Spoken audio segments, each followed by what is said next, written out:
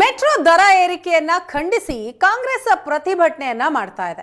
ಎಲ್ಲ ಬೆಂಗಳೂರು ಮೆಟ್ರೋ ನಿಲ್ದಾಣಗಳಲ್ಲಿ ಕಾಂಗ್ರೆಸ್ ಪ್ರತಿಭಟನೆಗೆ ಇಳಿದಿದೆ. ಕೇಂದ್ರ ಸರ್ಕಾರದ ವಿರುದ್ಧ ಪ್ರತಿಭಟನೆಯ ಮೂಲಕ ಹೋರಾಟ ಮಾಡ್ತಾ ಇದ್ದಾರೆ ಕಾಂಗ್ರೆಸ್ನ ಕಾರ್ಯಕರ್ತರು. ಮಹಾಲಕ್ಷ್ಮಿ ಲೇಔಟ್, ಮಂತ್ರಿ ಮಾಲ್, ಬನಶಂಕರಿಯಲ್ಲಿ ಕಾಂಗ್ರೆಸ್ ಧರಣಿ ಮಾಡ್ತಾ ಇದೆ.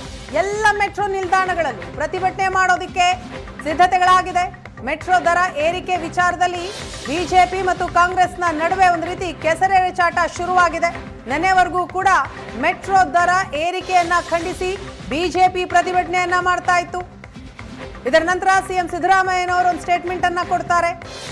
ಮೆಟ್ರೋ ದರ ಏರಿಕೆಗೆ ಕೇಂದ್ರ ಸರ್ಕಾರವೇ ಕಾರಣ ಅಂತ ಕೇಂದ್ರ ರಚನೆ ಮಾಡಿದಂತಹ ಸಮಿತಿ, ಆ ಸಮಿತಿಯೇ ದರವನ್ನ ಏರಿಕೆ ಮಾಡಿರೋದು ಅನ್ನೋ ಸ್ಟೇಟ್ಮೆಂಟ್ ಬಂದ ಬೆನ್ನಲ್ಲೇ ಈಗ ಕಾಂಗ್ರೆಸ್ ಕೂಡ ಪ್ರತಿಭಟನೆಗೆ ಮುಂದಾಗಿದೆ. ಎಲ್ಲ ಬೆಂಗಳೂರು ಮೆಟ್ರೋ ನಿಲ್ದಾಣಗಳಲ್ಲಿ ಪ್ರತಿಭಟಿಸೋದಿಕ್ಕೆ ಕಾಂಗ್ರೆಸ್ ಕಾರ್ಯಕರ್ತರು ಸಿದ್ಧತೆಯನ್ನ ಮಾಡಿಕೊಂಡಿದ್ದಾರೆ. ಮಹಾಲಕ್ಷ್ಮಿ ಲೇಔಟ್, ಮಂತ್ರಿ ಮಾಲ್, ಬನಶಂಕರಿಯಲ್ಲಿ ಧರಣಿ ಮಾಡೋದಕ್ಕೆ ಮುಂದಾಗಿದ್ದಾರೆ. ಇನ್ನು ಮೆಟ್ರೋ ದರ ಹೆಚ್ಚಳಕ್ಕೆ ಡಿಸಿಎಂ ಡಿಕೆ ಶಿವಕುಮಾರ್ ಅವರು ಕೂಡ ಸ್ಪಷ್ಟನೆಯನ್ನ ಕೊಟ್ಟಿದ್ದಾರೆ. ಮೆಟ್ರೋ ದರ ಹೆಚ್ಚಳ ನಮಗೆ ಸಂಬಂಧಪಟ್ಟಿದ್ದಲ್ಲ. ಬಿಜೆಪಿ ಎಲ್ಲದರಲ್ಲೂ ಕೂಡ ರಾಜಕಾರಣ ಮಾಡ್ತಾ ಇದೆ.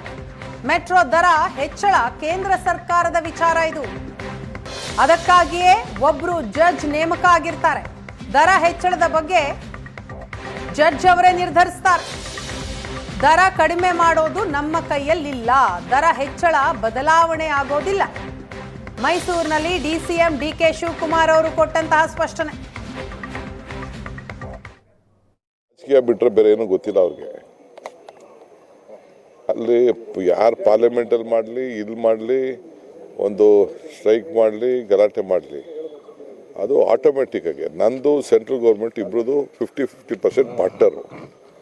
ಅದಕ್ಕೊಂದು ಕಮಿಟಿ ಇದೆ, ನಮ್ಮ ಗಮನಕ್ಕೂ ಬರಲ್ಲ. ಅದು ಆಟೋಮೆಟಿಕ್ ಆಗಿ ಅವ್ರು ತೀರ್ಮಾನ ಮಾಡ್ತಾರೆ. ಅವ್ರು ಏನೇ ಡಿಸಿಷನ್ ಮಾಡಬೇಕಾದ್ರೂ ಸೆಂಟ್ರಲ್ ಗೌರ್ಮೆಂಟು ಅದಕ್ಕೊಂದು ಒಬ್ಬ ಜಡ್ಜ್ ಅವರ ನೇತೃತ್ವದಲ್ಲಿ ಒಂದು ಸಮಿತಿ ಇದೆ.